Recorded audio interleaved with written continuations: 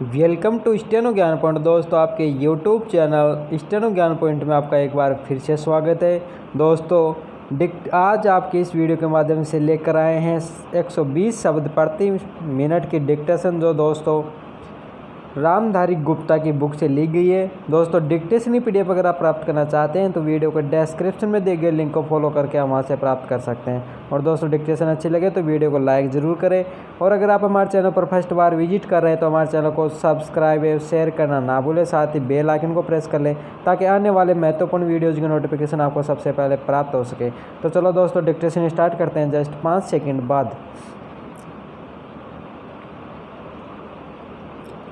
Yes start. सभापति महोदय, जो रिपोर्ट मद्य निषेध के संबंध में सदन के सामने प्रस्तुत हुई है, मैं उसके संबंध में अपने विचार रखने जा रहा हूँ। विराम। इस रिपोर्ट के 2 भाग हैं। इन दोनों भागों में बहुत सी बातों का वर्णन किया गया है। विराम। बहुत सारी विवेचना इस रिपोर्ट के अंदर है। विराम। मैं इसके विस्तार में जाना नहीं चाहता हूँ, लेकिन कुछ ठोस और विशेष बातें आपके सामने रखना चाहता हूँ। विराम। पहली बात तो यह है कि क्या नशाबंदी हमारे लिए आवश्यक है?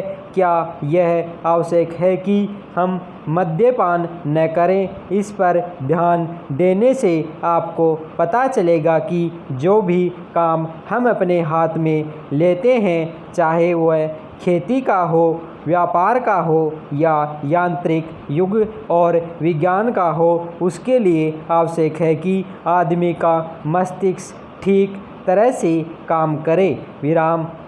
अगर मस्तिष्क का संतुलन बिगड़ जाता है तो वह उसको ठीक तरह से कर नहीं सकता। विराम। और यह शराब एक ऐसी चीज़ है जो कि व्यक्ति के मस्तिष्क का संतुलन खो देती है। विराम। इसीलिए हमारे देश में हमारे नेताओं ने यह आवश्यक समझा था कि अगर इस देश में सामाजिक और आर्थिक जीवन का संतुलन ठीक रखना है तो लोगों को किसी चीज़ का ज्ञान देना है, किसी चीज़ को उन्हें सिखलाना है, तो उसके लिए आवश्यक है कि इंसान का दिमाग ठीक रहे। और इसीलिए नशाबंदी का होना बहुत ही आवश्यक है। विराम। इस बात का प्रचार स्वतंत्रता के पहले और बाद में भी किया गया। विराम। यदि हम धार्मिक ग्रंथों को देखें, हिंदू धर्म के वेद तथा शास्त्रों को देखें, ईसाइयों की बाइबिल को देखें या मुसलमानों की पवित्र कुरान को देखें, तो किसी ग्रंथ में भी इस प्रकार की विचारधारा नहीं है कि आदमी शराब पिए। विराम। पैरा।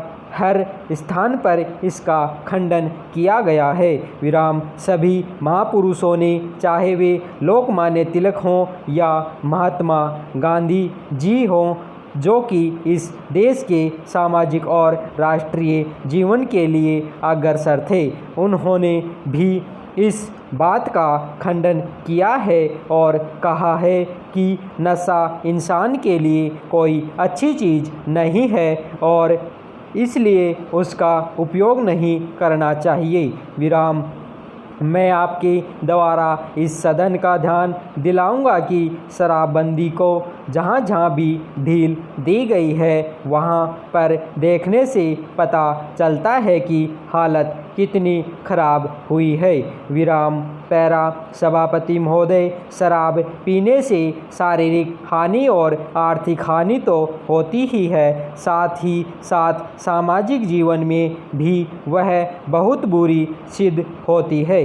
विराम। जहाँ पर नशाबंदी खुल गई है, मुझे पता है कि महाराष्ट्र और आंध्र के कुछ ऐसे हिस्से हैं जहां पर शराबबंदी लागू नहीं है, वहां पर दिन दिन अपराध बढ़ते जा रहे हैं। विराम। पैरा। मान्यवर, इस अनुदान पर जब हम विचार कर रहे हैं तो हमारे सामने 3 परिस्थितियां हैं।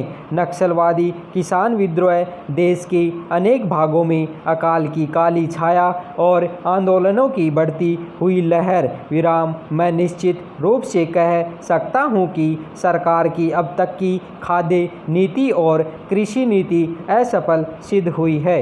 विराम इसका मूल कारण क्या रहा? कारण केवल एक रहा है कि क्रांतिकारी भूमि सुधार अब तक 55 वर्ष के अंदर भी नहीं किए जा सके, जबकि स्वतंत्रता प्राप्ति के 5 वर्ष में वे कर दिए जाने चाहिए थे। इसीलिए हम इस क्षेत्र में अब तक असफल सिद्ध हुए हैं।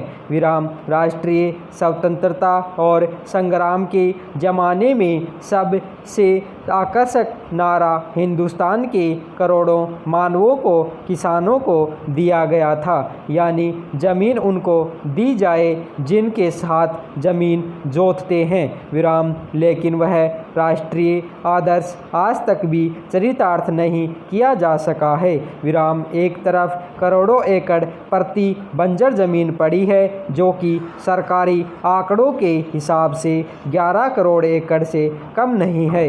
विराम इन ज़मीनों का उपयोग न होने के कारण से आज किसानों की समस्या हमारे लिए एक महान विभीषिका का प्रश्न बन गई है। विराम आज स्थिति यह है कि करोड़ों खेत मजदूर, भूमिहीन आदिवासी, हरिजन एक तरफ पड़े हुए हैं और दूसरी तरफ करोड़ों एकड़ प्रति बंजर ज़मीन अनेक रूप में पड़ी हुई है, लेकिन उनका समागम नहीं होने दिया जा रहा है।